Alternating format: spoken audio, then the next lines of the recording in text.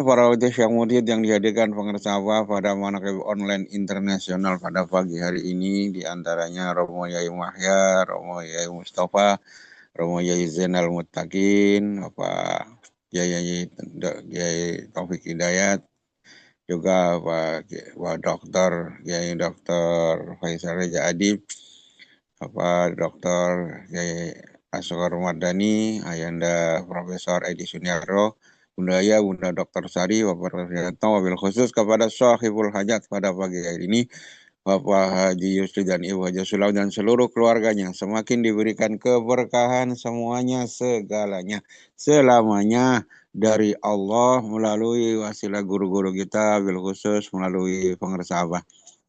Ikhwan akhwat yang dimakan Allah Subhanahu wa taala, qala syekhuna wa mursina wa rabbana hadrati Syekh Muhammad Abdul Ghas kata safi kita fado ilu syuhur li talabi ridha rabbil ghafur.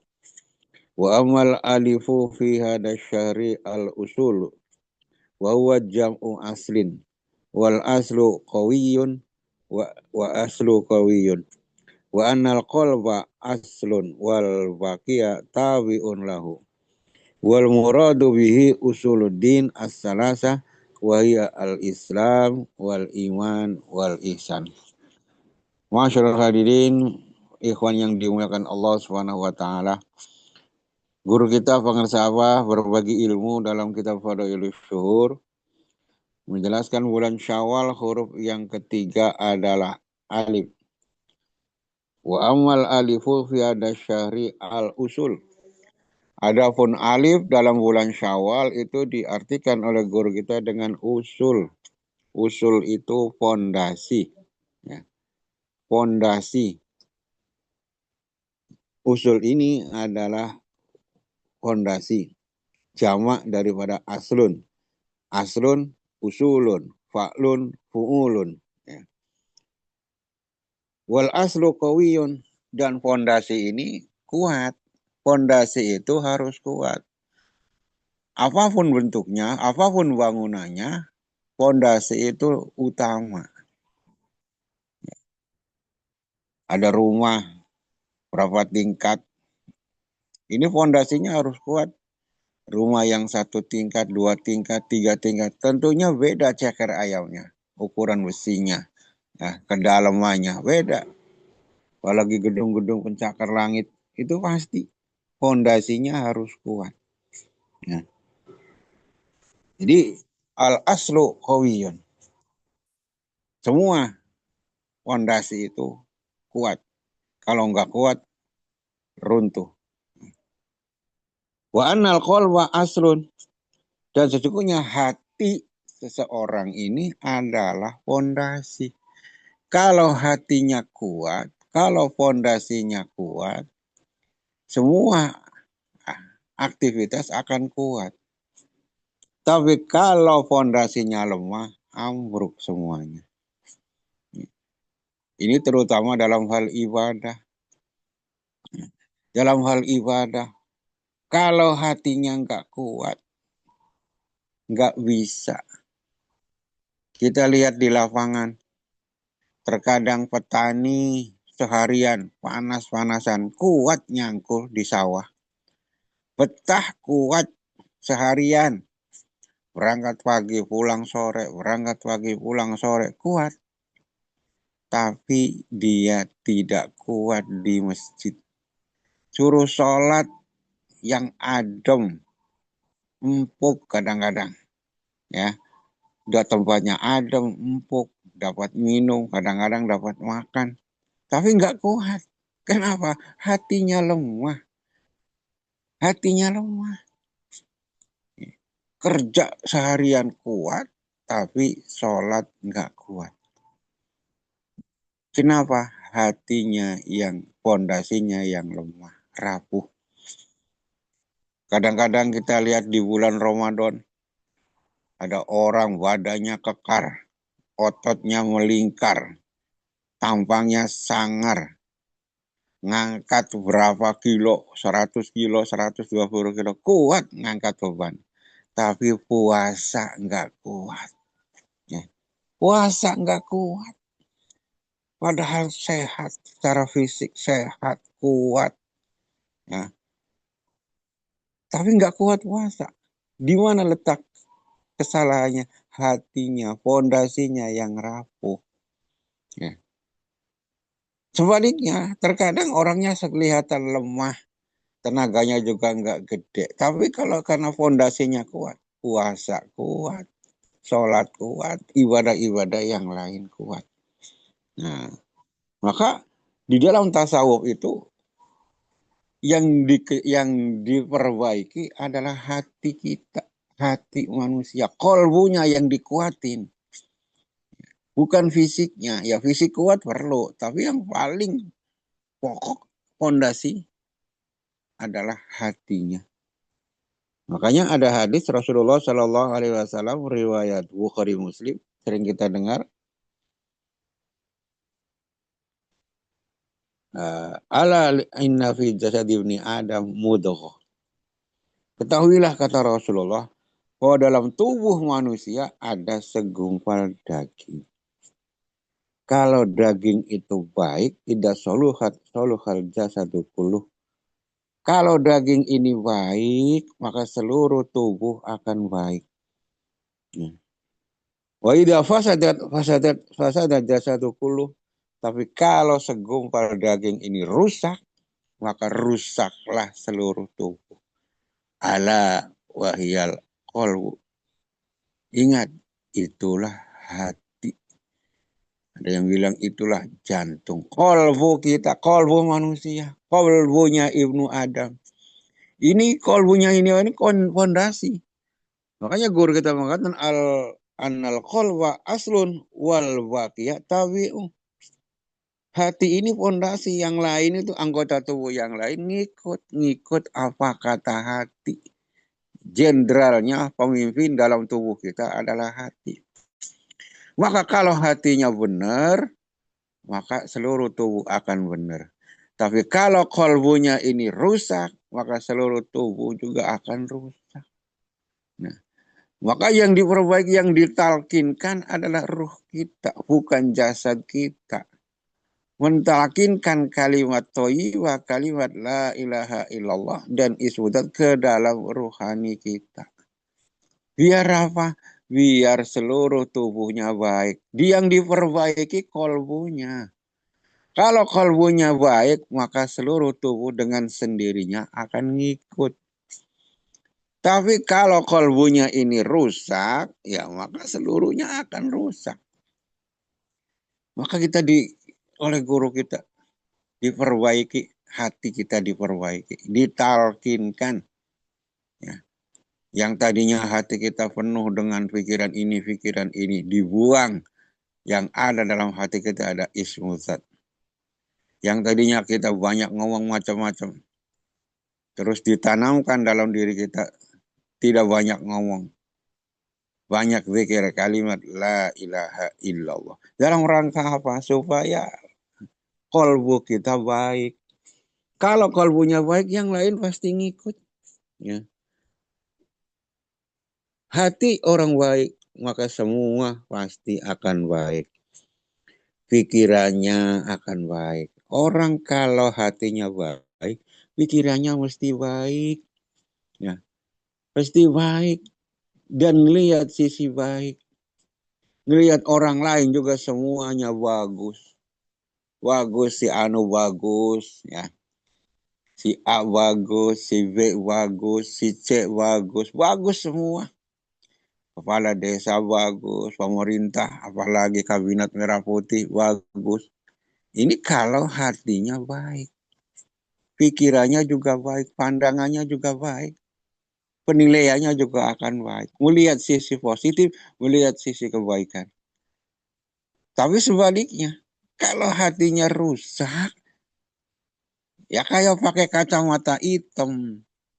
Orang pakai kacamata hitam, itu ngelihat siapapun, ngelihat apapun, nggak ada yang benar.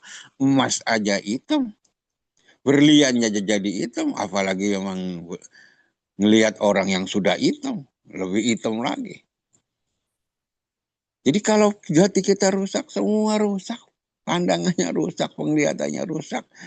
si A parah, si B payah, si C nggak bener, si D nggak karuan. Lihat orang nggak ada yang bener.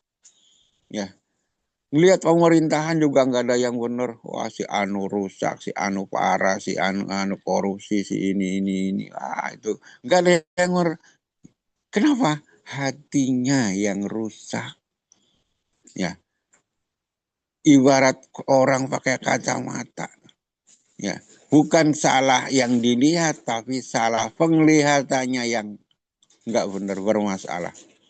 Jadi kalau hatinya baik, maka seluruh pikirannya baik, pandangannya akan baik, omongannya juga akan baik, komen-komennya itu pasti baik. Ya, komennya baik. Si Anu hebat, si Anu luar biasa, si Anu bagus, si Anu. Ya. Inilah yang dicontohkan oleh Rasulullah. Inilah yang dicontohkan oleh guru-guru kita. Ya, Rasulullah ketika dilapori ada sahabat yang lapor. Ya Rasul, itu sahabat Abu Bakar. Ya, dia sholat tahajud. Ya, sholat tahajudnya belum tidur, sholat tahajud dulu. Padahal tahajud kan sholat malam. Tapi nggak tidur dulu, dia sebelum tidur udah sholat tahajud. Kata Rasulullah, bagus. Dia orang yang hati-hati. Abu Bakar orang yang hati-hati. Daripada kebablasan tidur malah nggak sholat tahajud, diduluin sholat tahajud. Bagus. Ada orang lagi datang, ngadu lagi kepada Rasul, ya Rasulullah itu Umar bin Khattab. Kenapa si Umar? Dia katanya nggak mau tahajud kalau belum tidur dulu. Tidur dulu baru tahajud. Apa kata Rasulullah? Bagus. Ya, bagus. Umar orang yang kuat. Dia percaya diri, dia yakin malam-malam akan bangun untuk melaksanakan sholat tahajud. Inilah orang yang hatinya baik. Komennya bagus terus. Jadi yang tahajud sebelum tidur bagus, hati-hati namanya. Yang setelah tidur dulu bagus, itu namanya orang yang kuat. Ya. Tapi riwayat ini nggak diterusin. Terus yang bagus, yang nggak bagus siapa? Ya yang nggak bagus ya orang yang nggak tahajud. Ya. Kayak orang sholat lah kunut enggak. Tanyain, oh dia nggak pakai kunut. Bagus. Pakai kunut. Bagus. Yang nggak bagus, ya yang nggak sholat subuh. Nah, jadi kita ini komen-komennya itu. Kalau hatinya baik, komennya baik. Omongannya juga baik. Tapi kalau hatinya rusak, maka omongannya juga akan rusak. Ya, ibarat teko. Teko air itu kan ada moncongnya. Ya, ada moncongnya. Maka semua yang keluar dari moncong itu adalah gambaran isi di dalamnya. Kalau yang keluar dari moncong ini teh, berarti pasti dalamnya teh. Kalau yang keluar dari moncong ini kopi, berarti pasti isinya kopi. Yang keluar dari moncong ini jahe, ya jahe, bukan janda heran. Jahe, bukan janda hebat, pasti di dalamnya adalah jahe. Jadi gambaran itu yang keluar dari mulut seseorang, omongannya seseorang itu menggambarkan isi hatinya. Kalau hatinya baik, pasti omongannya baik, omongannya benar, omongannya halus, omongannya pasti menyenangkan kalau hatinya baik. Ya, yang keluar dari moncong itulah gambaran. Nggak bisa keluarnya moncong dari keluar moncong teko putih itu kopi ternyata di dalamnya isinya teh itu mah sulap. Nah, inilah hati. Jadi pikirannya baik, ya kalau hatinya baik, pandangannya baik, omongannya baik, langkah-langkahnya juga pasti baik. Orang hatinya baik pasti melangkah ke tempat-tempat di mana itu ada kebaikan. Di mana ada kebaikan. Maka orang yang hatinya baik pasti tidak akan melangkah kepada segala sesuatu yang dilarang oleh Allah Subhanahu wa taala, selalu langkahnya baik. Pergi ke barat baik, pergi ke timur baik, ke selatan, ke utara, diemnya juga baik. Ini orang kalau hatinya baik. Maka kita ini, kolbu kita inilah. Untuk memperbaiki kolbu kita inilah, maka ditalkin. Jadi fondasi ini, kolbunya supaya baik, supaya benar, talkin. Nggak ada lagi. Ya, talkin. Inilah sekali lagi sering disampaikan. Pembicaraan bab apapun dalam fadhilul syukur, huruf per huruf kembalinya kepada talkin. Ikhlas talkin, istiqomah talkin, ridho talkin, ihsan talkin, muraqabah talkin, syajaroh talkin, usul talkin, termasuk pondasi usul juga kepada talkin zikir. Inilah luar biasanya kecerdasan guru kita yang sudah pasti di atas rata-rata. Karena mewarisi sifat Sayyidina Ali, aliman syuja'an. 12 sifat yang dimiliki oleh seorang mursyid, salah satu di antaranya adalah yang dua dari Sayyidina Ali, apa? Aliman syuja'an. Alim. Ya, seperti Sayyidina Ali yang diakui oleh Rasulullah, saya gudang ilmu, saya kota ilmu, dan Ali adalah pintunya. Ana Madinatul Ilm wa aliyun babuha. Dan inilah yang dipasti, yang mesti diwarisi oleh seorang guru mursyid kayak guru kita. Ilmunya di atas rata-rata para ulama di zamannya. Ya, pemikirannya ya, itu sudah melesat jauh di atas para ulama-ulama yang ada di dunia di dunia. Nah, apalagi majelis ulama MAUI, majelis ulama Indonesia. Nah, jadi kita ini, usul ini adalah hati, supaya hati ini kuat, hati ini karena fondasi pokok ditalkin. Nah, mudah-mudahan kita semua selalu istiqomah mengikuti petunjuk guru kita, mengikuti arahan dari guru kita, supaya kita semakin hari semakin baik hati kita. Dengan semakin baik hatinya kita, maka seluruh anggota tubuh kita, tangan, kaki, mata, pandangan, pendengaran, semua akan menjadi baik. Wallahu a'lam. Assalamualaikum warahmatullahi wabarakatuh. Waalaikumsalam warahmatullahi wabarakatuh. Allahumma